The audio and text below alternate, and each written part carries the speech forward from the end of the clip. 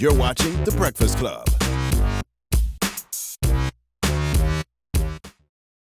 Morning, everybody. It's DJ MV Angela Yee, Charlamagne the Guy. We are The Breakfast Club. We got a special guest in the building from the group Boyz to Men. Yes, sir. Nathan Morris. What's happening, man? Welcome, sir. How you guys? Good? Oh, man, great. Everything is great, man. You went to a game that Envy's in too heavy. You played a real estate game. Oh, it's rough. It is rough. It's rough. You gotta always tell people the first thing you gotta do is you gotta have the ability to lose. If you can't lose, then you can't play. Yeah, I didn't have that ability to shoot as high as you did. If you don't know, he has a realtor show where he flips houses. Hit properties with Nathan Morris. That's right, and you flip high-end properties. Yeah, we tried to. Yeah, mansions. Yeah, we and Envy had an argument about. We were watching the first episode, right? Okay. And you did something on the episode that I understood, and I understood it, but he didn't think you should have done. I didn't agree. Which one was that? I had a couple of those. All right, so how much are you selling the mansion for? 4.9. 4.9 million, right? So 4.9 million, though. So the type of person that's going to go into a $4.9 million house is somebody that's rich, wealthy, has a lot of money, looking for and pre-approved, yes. No, yeah, they're pre-approved. Looking for upgrades and amenities, correct? Right. So you got rid of the 2-story kitchen. Yeah. And I didn't think that was a good idea. And I think I that's said one I of those understand. amenities That's what the that hell y'all people was wanna screaming see. about this morning? Yes, because I was like, I can understand that. I heard them because screaming about a 2-story kitchen. I was like, what are they talking about? that was a waste of space, I said. He had Without that doubt. these beautiful big windows, and you could put a room up there above the kitchen, and that's an extra bedroom. Well, I mean, whether it's a high end or low end, anytime you can add an extra space to the home, any square footage is always going to be good, no matter what you do. It could be empty. It doesn't matter.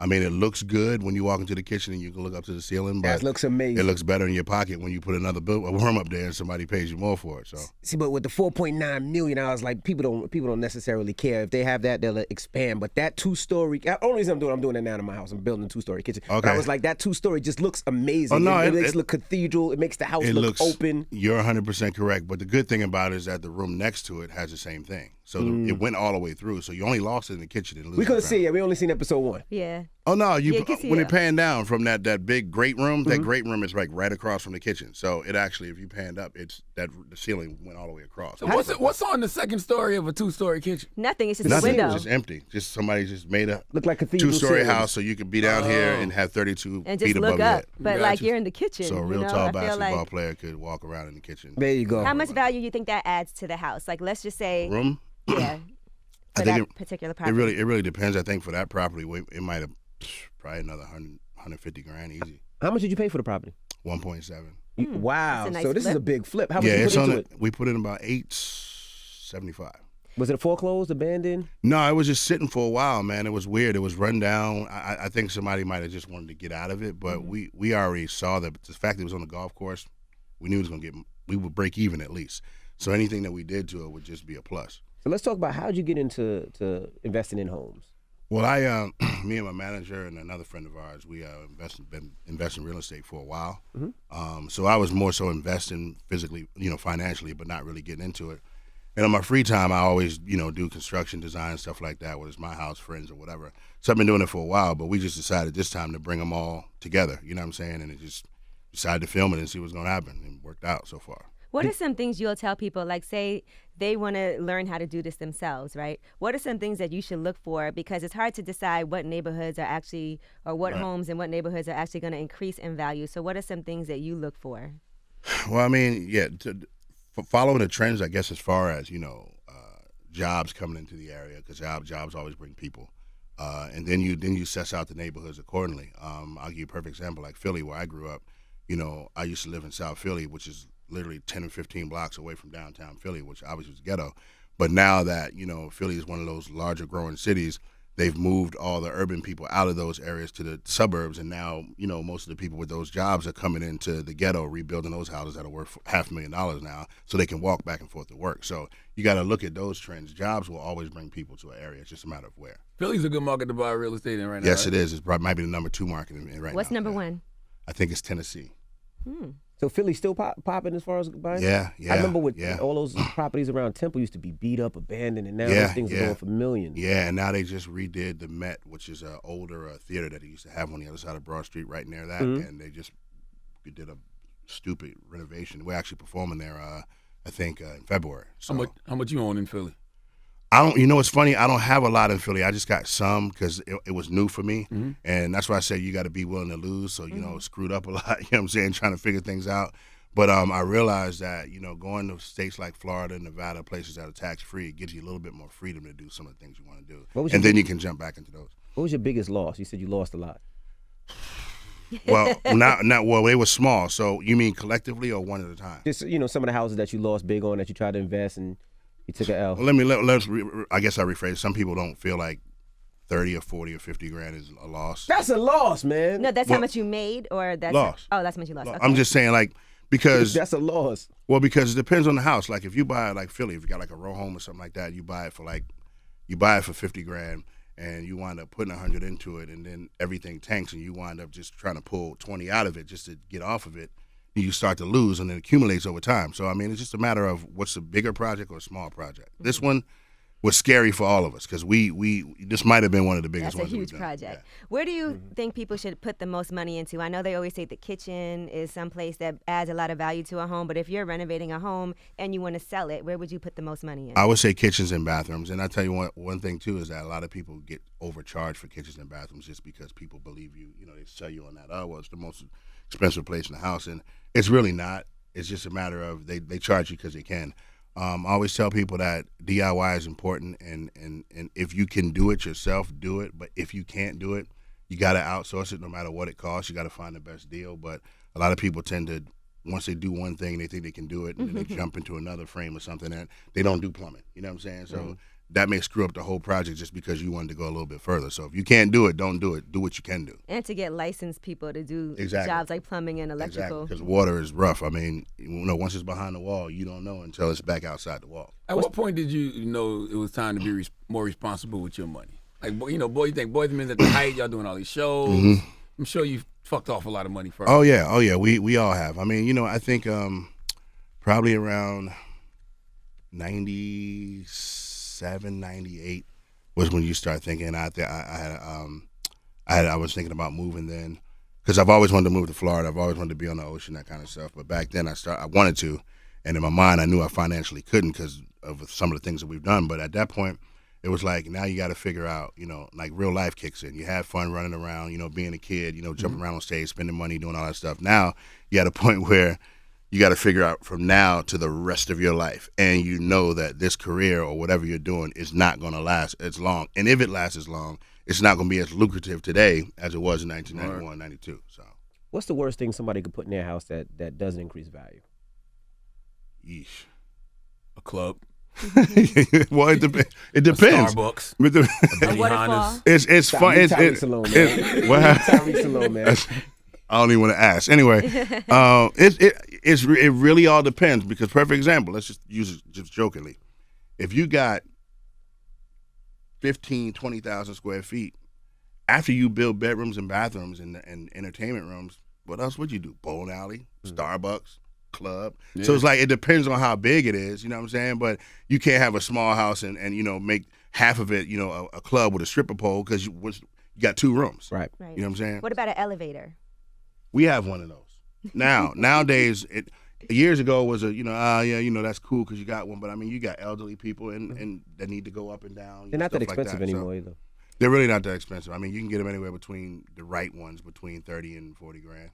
The right one. In my basement, I got a lounge. I got a lounge area, and I got like a big ass bar like you would see in a club. But I'm like, it's just you. It's just me. Yeah, see, that's the thing, and that I agree. It looks good, you know what I mean? But it's like, it's just me. Yeah, but I mean, it's for you. If you feel comfortable with it, I feel like that's all that really matters. And again, it's a matter if you want to flip it. Some people buy homes and I'm gonna be here for the rest of my life. Or some people buy homes and say, okay, well, I'm gonna stay here. I'm gonna do what I can do now and enjoy it. But eventually, I'm setting this up to flip it.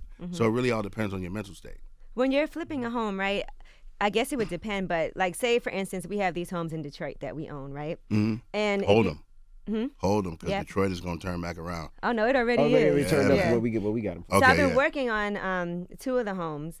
Now, one thing that I'm torn about is, am I going to rent it out, or am I going to sell it, flip it? So I always feel like if I'm going to rent it out, I don't want to put like the best quality things in there just because you don't know who you're going to rent it to. People are going to mess it up. But then if you want to sell it, don't you want like a higher quality of materials You do. because you want to make sure that it's more valuable. You do, but from when you rent it to when you sell it, you're going to have to revamp it anyway. Mm-hmm. I mean, especially that's smart when you do it that way. You want to do low end stuff because people don't care about your stuff, so they're going to always screw it up.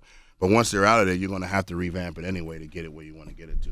I mean, normally you would take some of that rental money as you go to put it aside because you know they're going to screw it up, and you're putting it aside to revamp it when they revamp it. It's so hard for me because when I do things like that, like I did my house in Brooklyn, it was completely gutted out when I did it. And I love using like great materials and making things like super nice, but it ends up being so much more expensive. She's It's so a hard for passion me to. flipper. It's so hard for me. Oh, to yeah, be that's a like, tough- Let me get these cheap closets because I just don't want to do that. I mean, She's a here, passion flipper. It's hard for me. She acts like every house is hers. that's one of the biggest things. That's the hardest thing to try to separate, man. Because I ain't gonna say I'm like that, but I'm like that too. Right. I have to tell myself, don't, you're getting rid of this, so you can't really put everything you want to put into it. So the toughest part about flipping is being, especially if you're creative about like what you're talking about, design and stuff, is making sure that you make the place neutral for most people to come in and say, I can live in So here. hard for me. Because if you customize it, then you make, a selected market of people that can buy. Otherwise, you lose money that way. Yeah, that stripper pole will bring down the value of the house, right? Yeah, a whole lot. Yeah, well, yeah. Depending on the area. Yeah. You know what I'm saying? Yeah, but in that house, like you can't. Yeah. What about restoring the original materials in a home, right? I know a lot of times that's an important thing to do, but that can be expensive also. That you just got to find the most inexpensive way to do it. And then if it's one of those things that that everybody will understand what you did and they will understand the value, then it's okay to put that money into it because they're going to respect the value when they buy the house. Mm-hmm. There's some things that you do and hold on to, like you may redo a floor and you hold on to it because it was a floor from the 1920s or whatever, but you don't know that the buyer of that market will even understand that. Then you say, well, you got to kind of ask yourself, do you keep it or do you not do it? But if someone knows the value, or if the buyer you have knows the value of this brick wall or this stone fireplace, then you keep those and you put into it what'll make it right. Is that house on the market yet? Did you put it on the market? Yeah, it's on the market. Yeah, It's on the just market. went on Right, like 2 Emmy? weeks ago. So, yeah, it's 2. Yeah, it's up. You've won it. No, And you I'm put an good. offer in. No, I'm good. Is anybody put an offer in yet? No. We got people walking through like every day. We got a couple. We had one offer last week, but they Super were low. too. Yeah, no. Well, everybody does. Not super low, but I mean, See, it's a buyer's let's put it market, this so way. Everybody's gonna throw low. Yeah, let's put it this way. It was low in comparison to what we want. We'll still make money on that offer, but we're not going to take that offer because. Okay. Go ahead. Not gonna say, is the real estate business as lucrative as music yet? It's been for years. I mean, Gotcha. and it kind of rides the waves just like music business does. I mean, everything has its ups and its downs, but I mean, one thing they always tell you that nobody's making any more land. So if you can get it, hold on to it and build on it. You do more flipping or more tenants? I do a lot of flipping because I like to take the money and use it for something else.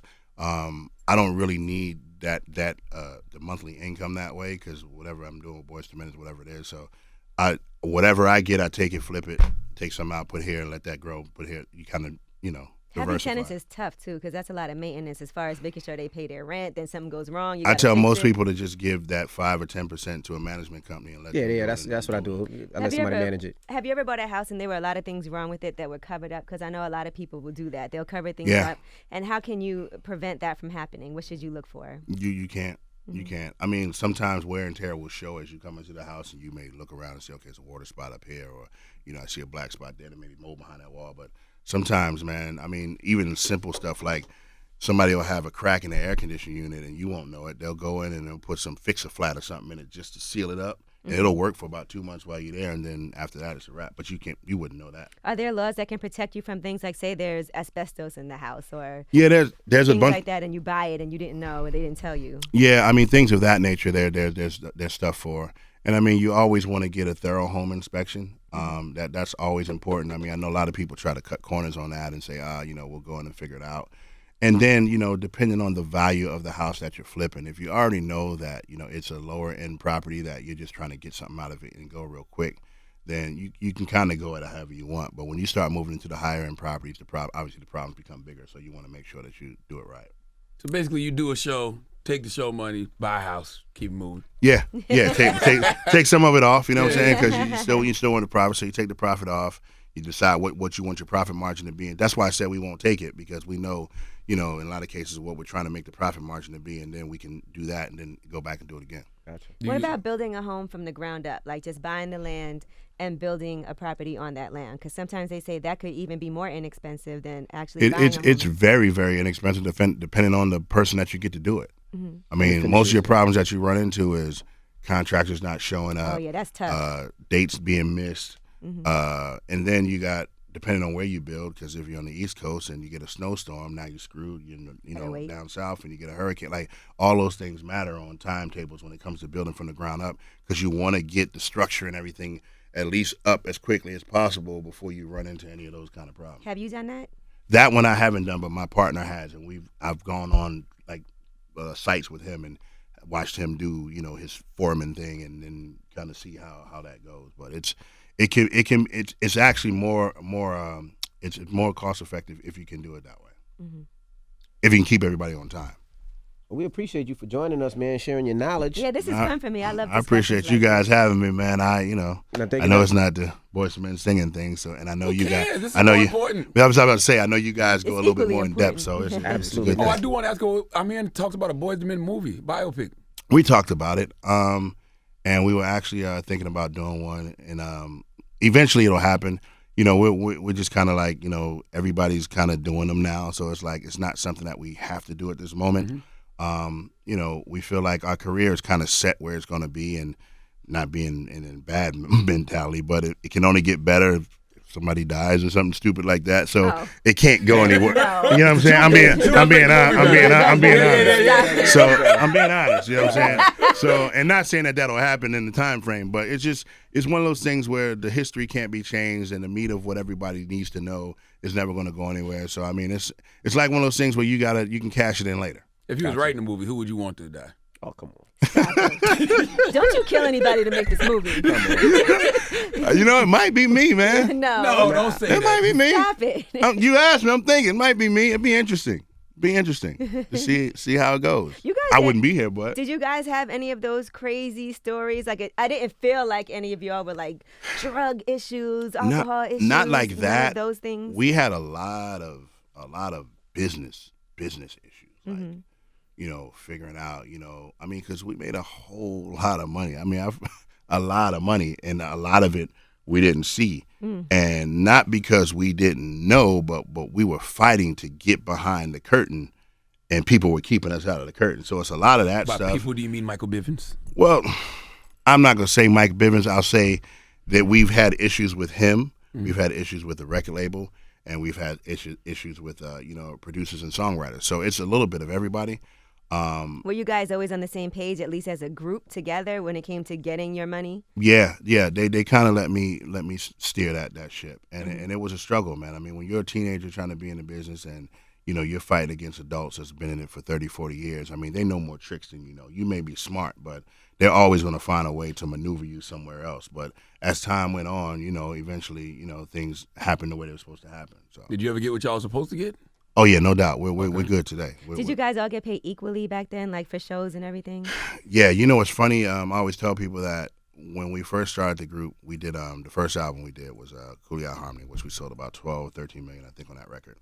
And we got our first publishing checks, and that was at a time where we knew about publishing, but didn't really know what the magnitude was. Mm-hmm. And when we got in the studio to make that record, the label didn't have no records for us, so it's pretty much records that we either wrote in our life or somebody had. So at that time, I probably was a part of like 7 or 8 songs on that record.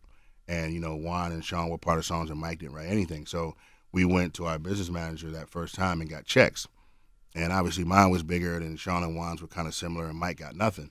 So it occurred to me at that point, like, because I'm a group guy. I wouldn't have started a group if I didn't want to be in one. Kurt, but this is weird for me to be in here by myself Without the group, Right. because I'm not used to that. So, my theory back then was like, I think we all should get the same. Mm-hmm. After that, because I visually saw what it was. How do you get and I saw- nothing? Michael He the didn't write bass- anything. Michael He the didn't write bass nothing. guy, right? He didn't write nothing. Now we asked him to write. We told him, yo, you should write on this record. Oh no, I'm gonna wait for the second one. I'm waiting for the second. I said, okay, so Well, now we know why you left. Now I'm with you, Mike. I didn't so the checks came in, and I was like, you know what? We talked about it that it'd be fair if we all split everything equally. And first of all, that would keep all the craziness out. So all we got to do is focus on singing, performing. Nobody ain't worry about who gonna be the lead singer, who gonna do this. Right. Also, so we took the money right off the table from the beginning, and I think that's what helped us 27 years later. That's great. That's That's dope. Most people don't do that. Not at all. It just made sense for us. And I mean, we look at all the groups that fell off over the years. A lot of those reasons were because of that. Right. Oh, wow. Well, we thank you for joining us again. And where can they see the show? It's on DIY Network Saturday at 10:30. This week they're gonna show episode 1 and episode 2. Next week they're gonna show episode 3, episode 4, and then the last week they're gonna show episode 1, 2, 3, and 4 back to back. Okay. All right. Well, thank you for joining us. From Boyz II Men, Nathan Morris. And it's The Breakfast Club. Good morning.